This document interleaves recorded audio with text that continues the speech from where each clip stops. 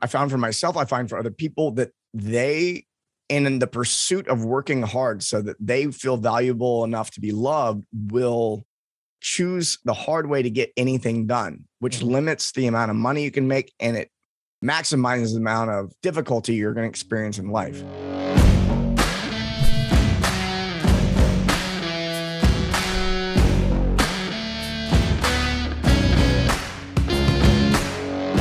Welcome to the Spear and Clover Podcast, the show about the art of crushing your goals and the discipline of loving your life while you do. I'm your host, Jason Skisic, the Entrepreneurial Evangelist, and each week I bring you the stories of visionaries who see the world as it could be and can't help but take action. If you're enjoying these episodes, please take a moment to subscribe, like, and review.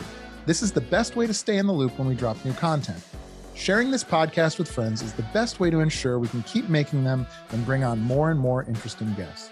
Today's guest has been an inspiration for me for many years. Mike Bledsoe is the founder of The Strong Coach and the host of the Bledsoe Show Reloaded Podcast.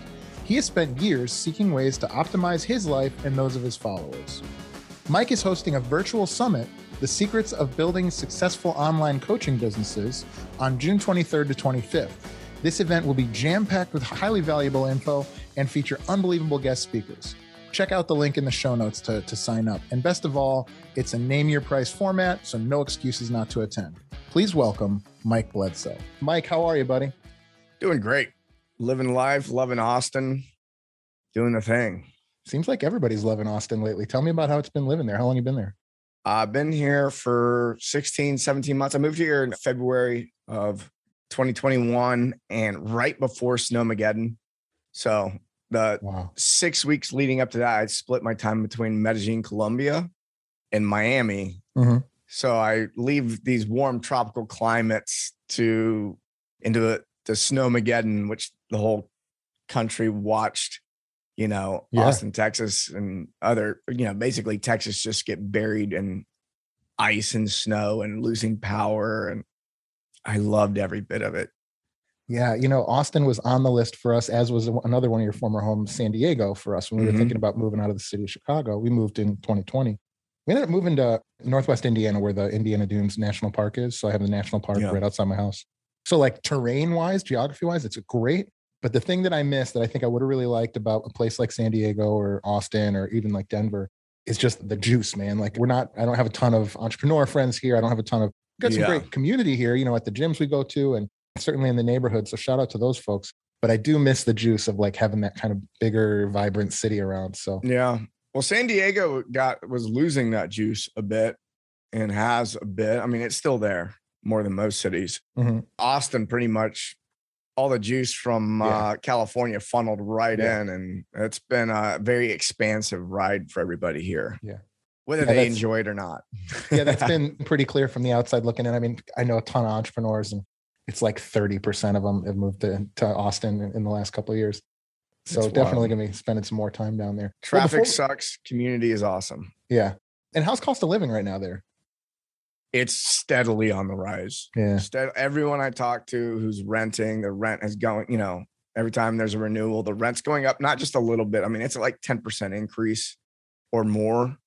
I purchased a home about 3 months ago, and dude, market was nuts. I mean, you have the value of the home, the official value of the home, but offers are coming in that are, 20% over asking price cash. Yeah. So like value and the actual value, there's this huge fluctuation that's happening. So real estate's nuts.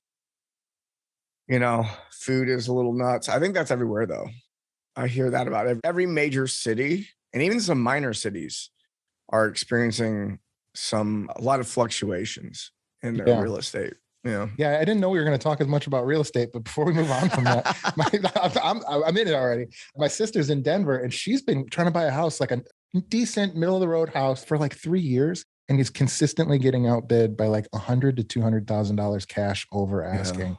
And it's I just don't understand it. I had a friend of mine, Nick Van Gorp, on the show a while back, and he's a really good real estate investor and real estate agent.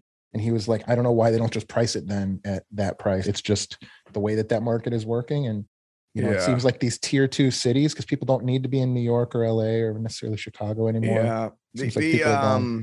yeah, the incentives are really pushing towards debt, and debt looks so attractive. And I think people are just, trading their house in for a nicer one faster than they probably should. And so I was able to get something that was like middle of the road for me. I definitely didn't want to max out my ability. I'm like, oh, what's the greatest thing I could buy right now? It's like that's not the time for this right now. Yeah. The decade of decadence is coming to an end. Seems that way. And those who are, hanging on to big houses may be regretting it soon. Yeah. Well, believe it or not, Mike's not a real estate coach. Mike, tell us a little bit. Tell us a little bit about what you do, where you're coming from, and we'll kind of go from there. Tell us your stuff. Yeah, I would say I'm just a really curious person who loves personal development, and I enjoy interrupting people's patterns. As of right now, I run my podcast, The Bledsoe Show, where I'm looking under the hood on what can make anybody better at anything. I hate being so vague, but we do cover a lot of broad topics. And I train health and fitness coaches primarily on how to build their businesses, better communication, leadership skills, and such. Yeah. And that's actually how we know each other. Is I was a part of your barbell mastermind several years ago in a former company that you were at. And I've mentioned you several times on the show. You were one of the early on mentors to me and to the folks that I respect. And what do you attribute? So how did you get into that? I guess maybe is a better question to ask. How did you get to that point? So you started out where? Get to what point? Well, so tell us your entrepreneurial origin story. I know it. Yeah. I was I didn't want to be an entrepreneur. I was a resistant entrepreneur. In fact, I started my first business and I didn't even know that word existed. And all I knew is that I'd watched my dad run his own business in construction, and I didn't want to have anything to do with it because it was hard for him. And I went the opposite direction. I went in the Navy thinking I was going to make a career out of that. Got about 3 years into that and realized this is not a career. I got to get out of here. I don't know what I'm supposed to do, but it's not this. And then I get out, I discover CrossFit. Before CrossFit, I was thinking about opening a weightlifting gym because I was competing in the sport of Olympic weightlifting. And I really just wanted to open a gym and have it like a club thing. And I was like, I'll get a job doing something else and I'll just own this. I don't really want it to be hard. I don't want to do the hustle I don't want to have to look at numbers. And so I opened up a gym because there was no other gym in town. It was just 2007 before CrossFit had come on the scene. And, it was one of those times where I was looking at where's the gym I want to go help at? I was like, okay, I got this weightlifting background. I have a solid strength and conditioning background.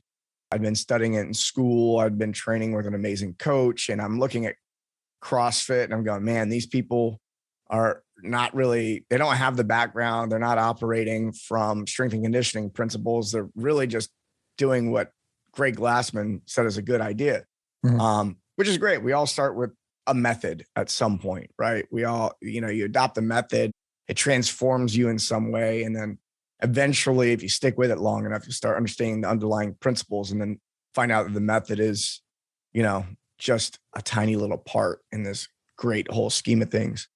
So I got into CrossFit and I was like, man, someone needs to open a gym in town. And a couple of weeks go by and I go, oh, I guess I'm supposed to do it. And that really ended up being a theme of my entrepreneurial career. Every single time that I wanted somebody else to do something because I wanted it to exist, there's this like, why isn't this being done yet? That's usually a good sign. But then the lack of recognition that I could do it or even want to do it exists. And then there's a waking up moment where I go, oh, I guess I'm supposed to do it. Like this is the universe, has gifted me this thought. And so, yeah, I took action on it. I was reluctant. I was so broke. I was living in my gym. I had a mattress thrown up above the office space. It was a 4.5 foot crawl space with like cobwebs and shit up there. The building should have been condemned. Like if I never got like a business, I think I might've had a business license. I don't know. I never got code enforcement, never went through any of the shit that you're supposed to. It's one of those things where I just like I never asked what I was supposed to do. And no one ever told me what I was supposed to do. So I just did things until, I got a letter in the mail. And I didn't get that many. I mean, I got some tax letters, but aside from that, I really didn't pay attention to what the rules of the game were.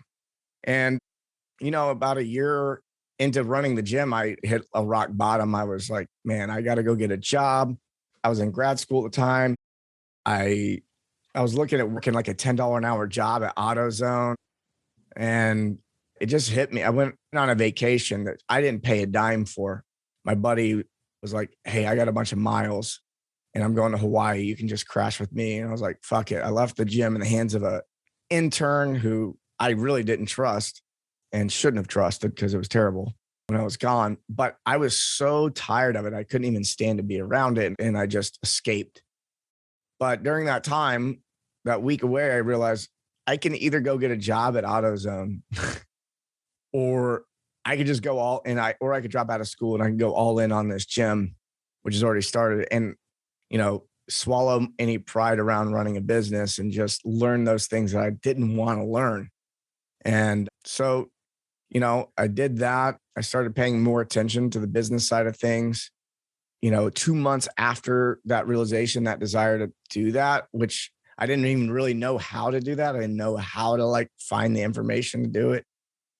My dad, he commits suicide 2 months later.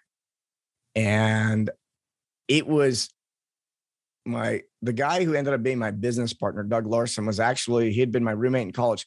He was on a flight from Australia to the US to help me with the gym. He had resisted it a bit. And I was like, come help me with the gym. While he's on his flight to the States is when I find out that my dad passed. So immediately he basically arrives, hears the news, and then he takes over the gym while I go take care of family matters. And the next month was just, I could not be present with the business. I mean, my business it wasn't even a real business. It was just, there were some people coming to this place that had equipment and, there was a workout on the wall and all that, but it really wasn't a business. And, Doug came in, and after a month had passed, I finally started, getting my senses back. And I had told Doug before he came out, hey, let's take this business seriously. So he went on Pirate Bay and downloaded a bunch of business seminars online. And so we would wake up in the morning and before the client showed up, and he slept up above the gym too. Neither one of us had any money. And we didn't want the members to know we slept in the gym. It was one of those things where it was like, okay, we got to look professional here. But we had a fridge and a sink and it looked lived in. But we would watch business seminars before first class. We would coach the classes and the clients. And then between, the morning sessions and the noon sessions, we'd go back, watch some videos, download the PDFs, do the exercises. And slowly but surely, things started working. And we just chipped away one item at a time on how to build a business, according to this guy named Evan Pagan, and who I'm now friends with.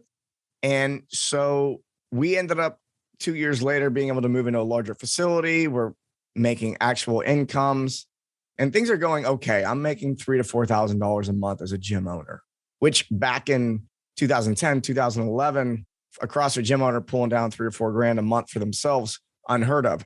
And the reason is because the business model was broken. The business model most people adopted wasn't really designed to sustain, a great lifestyle. Mm-hmm. It was great for a lot of people to get into the gym and do workouts together and build community, but it wasn't really built for the owners to do well. So again, I started a few different businesses, and from 2007 to 2012, I had learned that I was entrepreneurial. I was like a type E entrepreneur. I'm always interested in innovating and making things even better. Mm-hmm. I started a couple of businesses that fell. I put $50,000 into an equipment business. And then once I realized I was competing with Rogue that was doing so much volume that I wasn't going to be able to catch up, I was like, you know what? They can do it better. I'm not playing this game. I stepped out, I broke even and got a bunch of equipment for my gym and walked away from that. And then in 2011, I'd been listening to podcasts and I was looking for, I was listening to Rob Wolf at the time. And he was, he's a biochemist, paleo. It's nerdy. It's real nerdy. Lots of information, a little dry. And I'm loving it. But I was like, man, I wish there was I was looking for a strength and conditioning podcast that was targeting CrossFitters and this whole thing. I couldn't find one. One of my interns at the time suggested I listen to Joe Rogan. And I was like, fucking, Fear Factor, dude. Fear Factor guy? Yeah. End of 2011, I listened to Joe Rogan. And that's when I realized that podcasting could be anything I want it to be. And I go, oh, I should do the strength and conditioning show that's entertaining and educational and all this stuff. So me and a few of my friends, we all started a podcast in 2012. They ended up being the #1 rated podcast on iTunes for health and nutrition for years. We just outranked everybody and had a really successful YouTube channel that we started. And the first 18 months of that business, kind of like my gym, were not profitable. There was not a lot of overhead, but we didn't know how to sell shit online. And a year and a half in, or about a year in, I go watch a webinar by that Evan Pagan guy who I was learning from originally. I was like, I'm going to go learn how he sells shit online. So what's he selling online? He's selling a conference, a business and marketing conference. And I didn't learn how to do a webinar that day. I had to scrounge up $7,000. I spent my last $7,000. It was on credit cards and I had to consolidate some debt and all this stuff. And I purchased a $7,000 7-day conference in Chicago that was happening 3 or 4 months later. And I showed up to that conference. Halfway through the conference, I learned, oh, this is how you get in touch with your customer and find out what it is they want. So I launched something called the 6-month muscle gain challenge to a following that was maybe 50,000 large at this point. And it blew up. And we went from struggling to make over $1,000 a month to making over $30,000 a month in a matter of, say, 90 days. Consistent revenue. And then 6 months later, I'm making more money online with lower overhead than I was in my gym. And I go, why did I even live here? I don't even want to, I was always trying to escape where I was living. I didn't want to live in Memphis, Tennessee. So I decided to move to California where there was, I didn't want to be the big fish in the little pond. I wanted to be, the little fish in the ocean. So went there, pursued that, made a lot of money, started another business, barbell business, where we were helping gym owners. We partnered with a company to do some marketing automation software. That business partnership with that software company went about as wrong as a business deal could go. And it was dirty. Lawyers were involved, all that. But this was also, there was supposed to be a merger. I killed the merger. And this was all I had to do was basically sign this thing. And then the company was going to be worth probably like $20 to $25 million the moment I signed this piece of paper to merge. But weeks beforehand, I realized that my values and the values of this other company were not aligned at all. And I had, ended up killing the deal. And then it just got really nasty at that point. And, there was, I won't go into the details of it, but it was just ended up in lawsuits, which my company ended up winning. They were, I'll just leave it at that. I won't paint too much of a picture of before you keep going, as a CrossFit guy myself, I've owned a CrossFit gym for 12 years. I work primarily with other fitness entrepreneurs. Have you found that it's difficult to collaborate with non-passionate, non-fitness or healthy, virtuous businesses? Because I've really struggled. That was the problem when I started partnering with these people, it sounded like the message I was receiving in the conversation was they were going to be adopting our values. And then over the period of time leading up, as we go through the due diligence before merging, I was like, man, they've actually gotten further away than where the initial conversation started. And that's why I killed the deal. Yeah. And that's probably, there's an overemphasis on the bottom line going on that did not align with us. And that's what started the battle. But while this was going on, I was doing a lot of reflection for myself. I was experiencing a bit of burnout. I put a lot of pressure on myself. And I was actually really tired of the business before I even killed the merger. And so after that whole debacle, I did some programs, I did some reflecting, and I said to myself at the end of 2017, I go, look, I'm not working in 2018. I'm not building anything. I'm going to chill the fuck out. I haven't traveled for enjoyment ever. I traveled the world, but it was always for work. You know what? I just want to hang out with my friends and kick it and take care of myself for a little while. So I planned for a year off, ended up being 6 months. And 6 months later, I launched or was in the middle of launching 3 different coaching businesses because I really just wanted to help people. And I saw very obvious holes in the market that needed to be filled. All 3 businesses are still running to this day. I stepped away from 2 of them and still run one of them, the Strong Coach. And yeah, that's how I'm here today. And, I just do my podcast and I help coaches out and, try to have a really good time in between. Yeah. It's so interesting hearing you. I've never heard you tell your story like that before. But hearing you tell it, I'm like, God damn it. I was like a few years behind you. Like listening to Joe Rogan was like 2013 for me, meeting you guys, like all that stuff. It's so interesting though, the journey. And it was actually your former partner, Doug, who kind of illuminated this for me. The journey that a lot of folks have that go through fitness is like you are interested in fitness for yourself. You get a little bit more interested in it, you become a coach or you just help your friends or whatever. Then you end up potentially coaching. Then it's maybe you own a gym. And then, now modern times, then it's a podcast and a business of coaching. But the thing in fitness that's so interesting, and I've asked several guests that have been on the show about this, is a lot of people in fitness, myself and you included, end up coaching kind of everything, whether you want to call it like life coaching or strategic coaching or entrepreneurship coaching. What is your thought on why more people come from the fitness path into that route? Well, I think fitness for a lot of people is their first step into personal development. Because personal development always stems from, I'm not content with the way things are. And it might be, I'm not content that I don't have a 6-pack or, something that's very physical. And the physical is just such a very easy thing to see. But if you go down the path, if you try to become as fit as possible, and then you have such a good experience with that you want to share it with others and you're inspired to share with others, you end up, I think we see is a lot of people keep going further. They go, oh, well, the mindset, here is incredibly important. Oh, the emotional aspect of what's going on here is really important. Oh, spirituality, like this all-encompassing thing that is incredibly important. Just to pick up what you were saying from my side of that would be that they probably aren't actually really doing it for the right reasons, or maybe not as deep as what you're discussing, right? I mean, even if they're doing it for the wrong, I think everyone starts for the wrong reason, right? Sure. Like, I think that's part of the personal development journey. Is like, I thought I was going to get all the ladies when I could squat 500 pounds and clean and jerk 350. And, I was on the podium, then I'll be loved. Yeah. And then you go deep enough into wanting to be loved, and then you find out all you got to do is love yourself.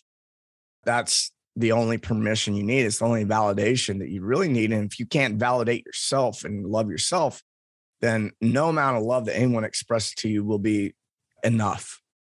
And so, whether it's the pursuit of fitness or the pursuit of money, it's like, why do guys drive Ferraris? It's for the attention. And, it's a testosterone booster. Like, it's status. It always comes back to status. And, young men's status might mean that they look like Arnold Schwarzenegger, or, they just look fit and beastly. And then, they graduate to like status is driving a car, nice house. Then I'll be loved and accepted. So yeah, I think it's a natural transition. And some people, they just, maybe they don't go any further. So I think it's a natural progression that some people just never finish. Today's show is brought to you by High Level CRM. High Level is an all-in-one platform designed to help entrepreneurs grow their businesses without the need for multiple softwares or an IT team.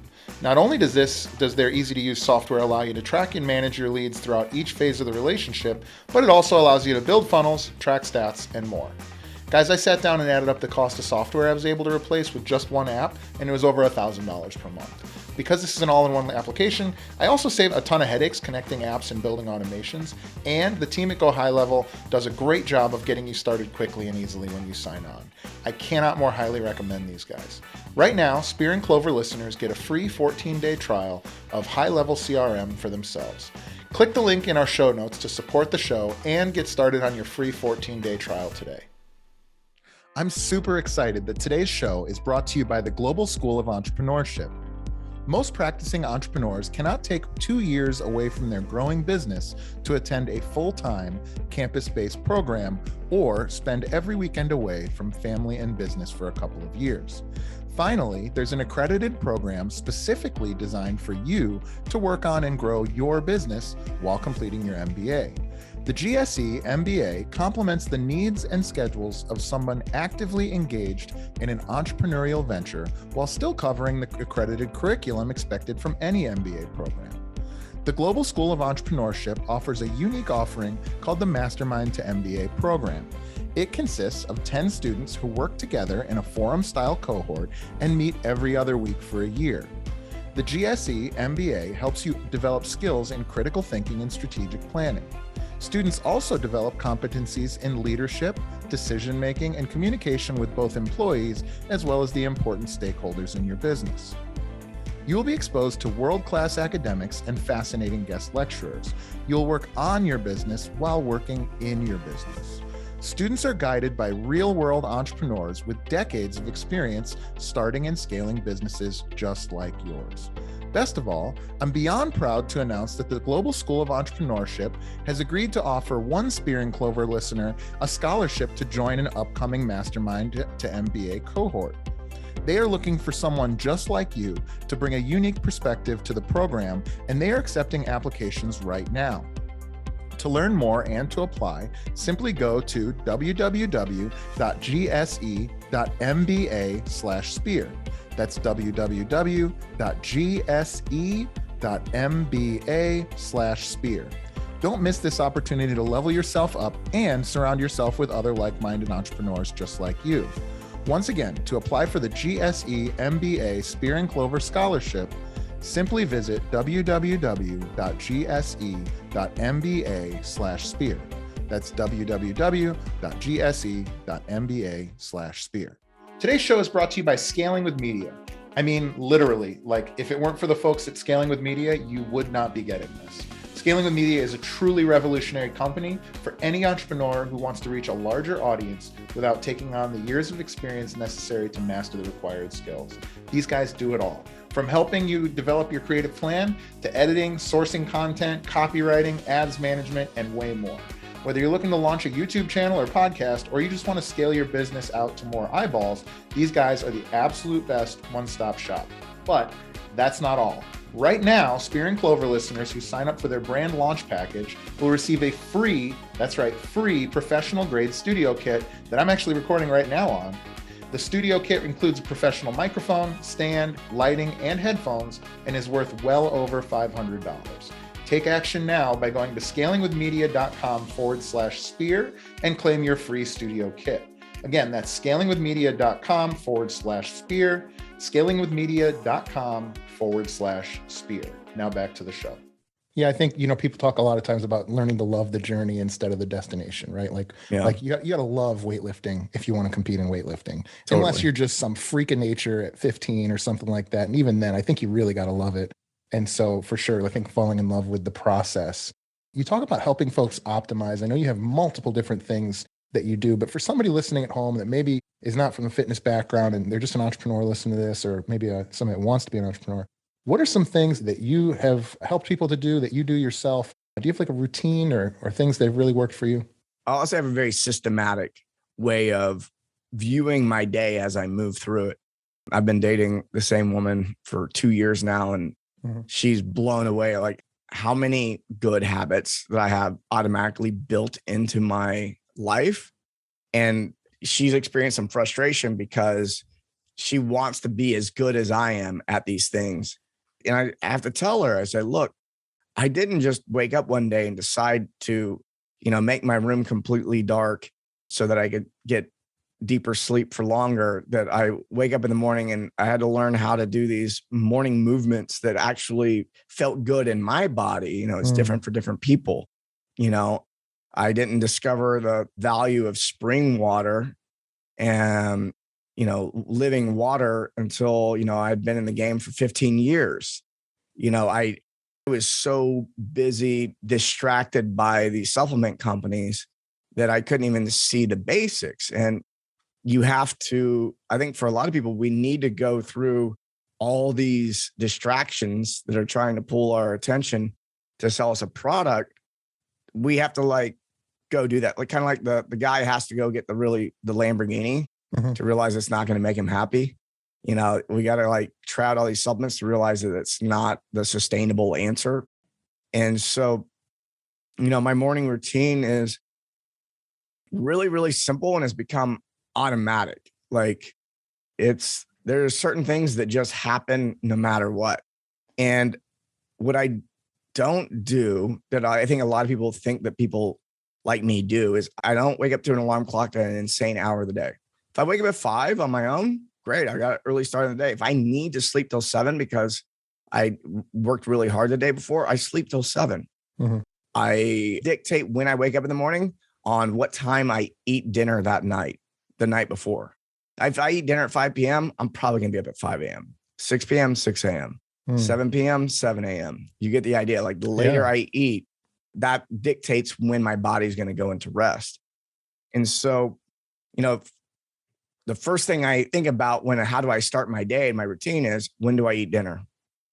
And then from there, when I wake up, it's, you know, brush my teeth with my left hand instead of my right hand, even though I'm a righty. Then I, you know, drink my 20 ounces of water. And then I do my 15 minutes of movement minimum, you know, and every other day it's 15 minutes of a warm up that leads into an hour-long training session, lifting weights. And every other day, I just do my 15 minutes of movement. And then I go inside and I make myself a nice hot drink. I eat raw liver every morning. So what I do is I take the raw liver, I cut it up into chunks, I freeze it. I pull out 2-ounce chunks at a time. It defrosts just enough. I cut it up, put it in my mouth. I don't spend a lot of time chewing it. I just swallow it. When I eat organ meat, especially liver, it is the superfood. There's one other food that's more nutritious than liver, that's probably the thymus, and that's a gland that's smaller. But liver is going to give you all the micronutrients that you need, less vitamin C, and it's more bioavailable than anything that's going to be plant-based. And so when I do that, my energy is just through the roof. I feel amazing. My energy is level throughout the whole day. So yeah, I mean, it's hydration. When I'm doing my movement, I'm also doing breathing. So it's like hydration, breath. We're made of water. We need air. You know, how good are your breathing mechanics? Okay, what's the most nutrient dense food I can find on the planet? Okay, raw liver. I'm going to do that. Boom. I'm not even an hour into my day. I mean, if I do the workout, it might be an hour and a half of my day. And then the first half hour, that's where I'm at. On the days that I'm training more, I'll train and I'll eat a big breakfast and then I'll get to work. And then for the days that I'm not training, I do the movement. I make myself a drink. I eat my raw liver. And then I sit down to write and I do my creative work first thing when I'm fresh. What I don't do is I don't check my phone. I want my thoughts to be my thoughts as much as my thoughts can be my thoughts first thing of the day. If you open up Gmail, you open up a text message, you open up Instagram, you just started your day on somebody else's agenda. And Instagram is probably the worst, or Twitter, because it's way out there. These are not people in your world that are deciding what you're going to think about for the rest of the day. This is your starting point for your thoughts. You're coming out of theta. You're coming out of sleep. Spend the first 2 hours of your day with yourself and your own creativity. And it can be difficult for people if they're addicted to the phone. But I think the things that I don't do are more important than the things that I do. That's brilliant. I think one thing that really helped me with that was having a child. As soon as I had a baby, every morning she wakes me up, right? But yeah. Every morning I go in there with her for a good hour, and I don't even remember where my phone is now, which is so great. I remember years ago, I would send you an email and it would be like, he may not, I forget you had a system or something where it was like going through filters and like, it may not even get to you. I thought that was cool. You probably I had an autoresponder for a while that was like, I check my email like once every couple days. I do that too. I'll get back to you. Yeah, that's a good one. There was like a service you had briefly. It was like a service where it was like, we're going to send this to him when he gets it, or whatever. Yeah. But, I think when sometimes folks hear that, so they hear you, they hear guys like me or anybody that talks about kind of not being Jocko Willink and waking up at 4:00 in the morning every single day and grinding and grinding and grinding. And I think sometimes there's like some skepticism there. Like, can you be successful and not use an alarm clock and not work, 18-hour days? And so maybe just for a second, like, how much work are you getting done? You're doing a lot of work over there, right? 5 or 6 hours a day, 4 days a week. Yeah, I get a lot done. Yeah. People look at what I do and they go, how do you do all of it? I think they imagine I'm working sun up to sundown, and it's just not true. Mm-hmm. Especially if you come from the fitness industry. If you come from blue collar, military, law enforcement, mm-hmm. one of the highest values in those communities is hard work. Mm. And if you have that ingrained as a core value, that hard work will outweigh smart work all the time. I grew up with my dad seeing people begging for money on the side of the road. And then he would start telling me about the value of hard work, and you don't want to be lazy like those people. So I found for myself, I find for other people that they, and in the pursuit of working hard so that they feel valuable enough to be loved, will choose the hard way to get anything done, which mm-hmm. limits the amount of money you can make, and it maximizes the amount of difficulty you're going to experience in life. This person also believes that life is hard. Life's not hard. Life is only as hard as you make it to be. And so my goal in business, my goal in my life is how easy. Here's the thing is, you got to ask yourself, do you want to make a really positive impact in this world? And if you say yes, then if you're not trying to find the most effective, high leverage items to do in your day, you have screwed up. You're not being of service. So in order to be of service, you have to be as effective as possible. So we have effectiveness and we have efficiency. People have been trained to be efficient. Do this task and get it done as fast as possible, yada, yada, yada. Mm-hmm. But the tasks that people choose to do are usually not taking you towards your end goal at all. Mm-hmm. And this is, if you're somebody who works all day and really hard and you got a lot done, but you look back and you didn't feel like you actually got anything done, it's because you're not being effective.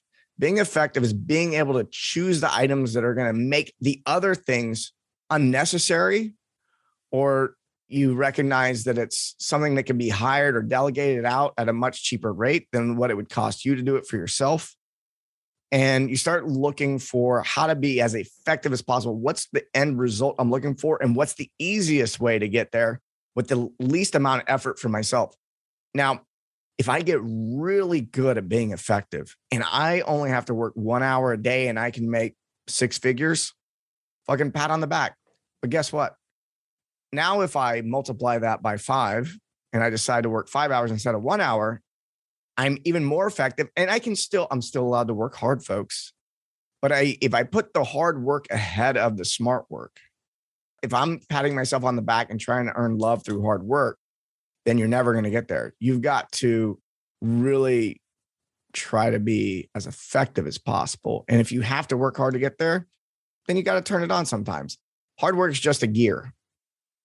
Yeah, it's interesting because I'm a military and banking background. So those are two just world renowned for, investment banking. They want you to show up at 6 a.m. You're not doing anything until noon. And then something comes in at 5. So you're there till, 11 at night. I didn't have to live that way, but it wasn't that far off. And I just think, I remember you've spoken a lot about kind of doing things, trying to fill your day doing things that give you energy. And that's evolved for me to being more, I think of myself as a shepherd of my own attention, right? Yeah. And so it's like, if I can guide myself and my career towards things that give me energy, well, then I'm unstoppable. And so totally. Like, I can only imagine like the things that you're choosing to work on, the things that you're surrounding yourself, whether it's projects or collaboration or whatever, it's like plugging into a light socket, right? So you're getting energy from those things more often than not. And then, doing the little things that you have to do here and there on the outside of that is easy.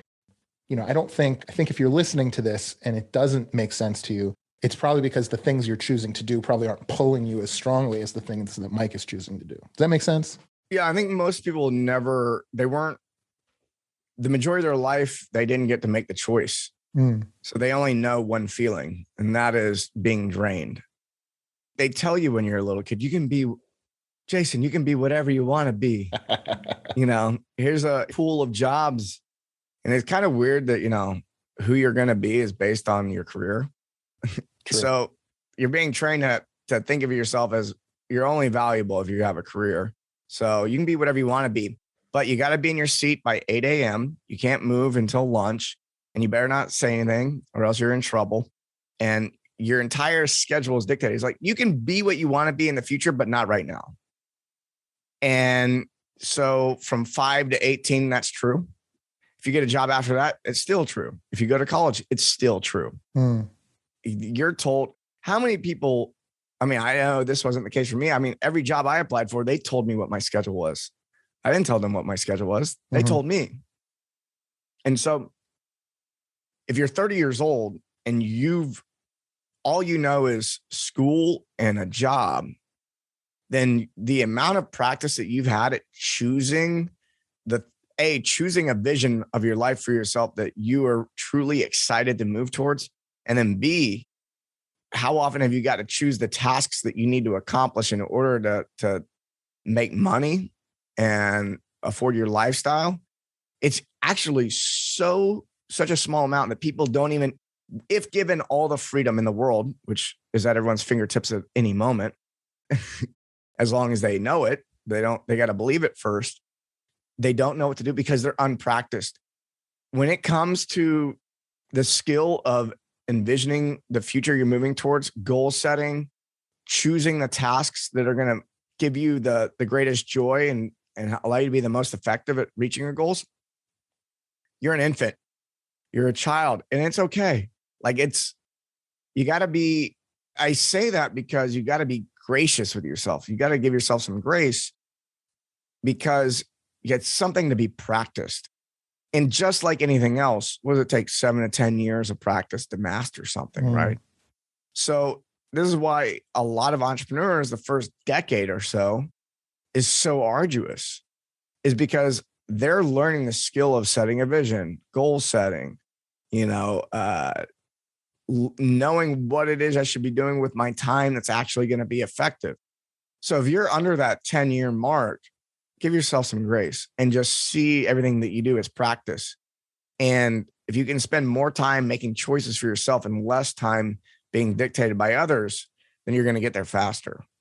Yeah. And I think the biggest gift or fortunate thing that can happen for an entrepreneur is to know what they want before that 10 years. Because I always talk to people about, the more clearly you can describe the mountain that you want to climb and exactly what it is it's going to feel like, what mountain it is, the easier it is to only take steps towards that mountain. But I know that for me, I remember talking to you and you were like, you're going to need systems. And I vividly remember this moment. Systems. I don't know what the fuck systems are. I mean, I do, but now I certainly do. But it was years later. I was like, oh, that's what he fucking meant. Or like, just moments like that where it's like just having an idea of what your objective really truly is when you're young. I always say seeds don't need sunlight. They need pressure and they need nutrients. Like they don't need any sunlight yet. Like sometimes I'll catch myself talking to somebody who's in their like young 20s and I'm like, did I really just talk core values to this guy? Like, let's just show up and execute, and make sure try being on time and then exactly. Cool, man. So what, if you had to put words to it, what do you want at the end of the day, your impact to have been on the world? I want people to experience more personal freedom, self-expression, and love. And I want to have a family that demonstrates that and is a good example. I really want to lead by example, and that you can achieve a lot in your life and be of service to others while taking really good care of yourself. I like that. All right, Mike, there's 2 questions that I ask everybody that comes on the show, and I'm going to ask them for you now. Are you ready? I'm ready. All right. Maybe. First question. If you had access to unlimited capital, how would you profitably grow your current businesses?